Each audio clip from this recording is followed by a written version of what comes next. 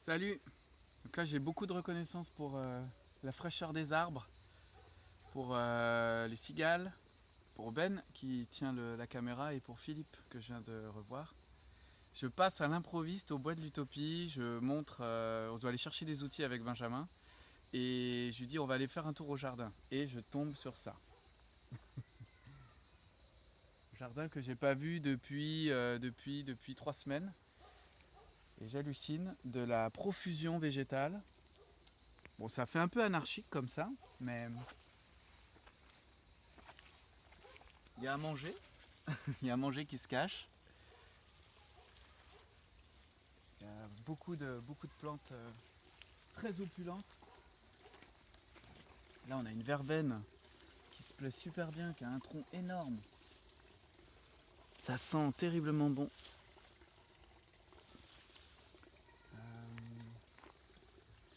On va passer par là. C'est un peu difficile de se mouvoir, hein, c'est le seul inconvénient. Le jardin n'est pas entretenu en fait. Il a été co-créé par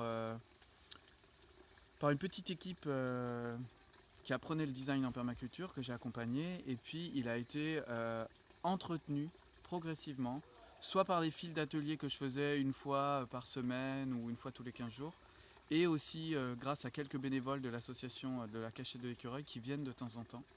Alors il a un inconvénient ce jardin, c'est qu'il est entouré d'arbres, et du coup au niveau de la lumière c'est pas génial.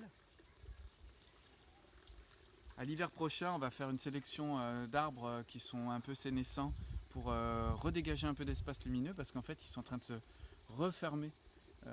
Ils sont en train de refermer la trouée par leurs ramures et en fait, les végétaux là montent beaucoup. Ici, on a du Miscanthus giganteus. C'est une plante en fait qui n'est pas comestible, mais qui est une plante qui permet de faire des brise-vents, qui est comme le bambou au niveau de sa prolifération. Elle a besoin d'un peu d'eau, mais elle va super vite. On l'appelle aussi, je crois, l'herbe à l'éléphant. Elle peut aller jusqu'à 4 mètres. Les agriculteurs l'exploitent. Maintenant, en Bourgogne, il y en a des champs entiers. Ça fait du paillage. Ça fait aussi du combustible pour les chaudières à pellet. Mais bon, c'est un sujet dont je ne parlerai pas parce que c'est pas un super combustible. S'il y a des questions dans les commentaires, j'y répondrai.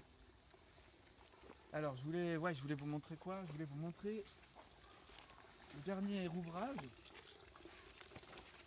Il y a des consoudes partout, hein. J'avais fait une vidéo sur les consoudes. On les voit bien, hein, c'est ça. Il y en a partout. Là, on voit que ça manque un peu d'eau. Il y a une consoude qui a dû être taillée pour nourrir les copains et qui repart à la pleine gomme. Et cet espace, ça a été un espace qu'au aux derniers ateliers qui étaient fin juin, c'était recouvert de menthe. On a enlevé cette menthe qui prenait vraiment l'espace et puis on a bâché, mis cette structure blanche qui était de la récup et puis on a fait grimper des tomates, des haricots dessus, des petites cucurbitacées et puis finalement tout le monde s'est acclimaté. Ça a un peu soif là maintenant, présentement, mais bon, grâce à la forêt en fait le soir il y a l'humidité qui est présente, donc les végétaux tiennent bien le coup là, il n'y a quasiment pas d'arrosage. Voilà le jardin du bois de l'Utopie. Alors peut-être que je mettrai une photo en miniature de la vidéo où on voit le jardin à son état initial. Je vous remercie de m'avoir écouté, je vous dis à bientôt.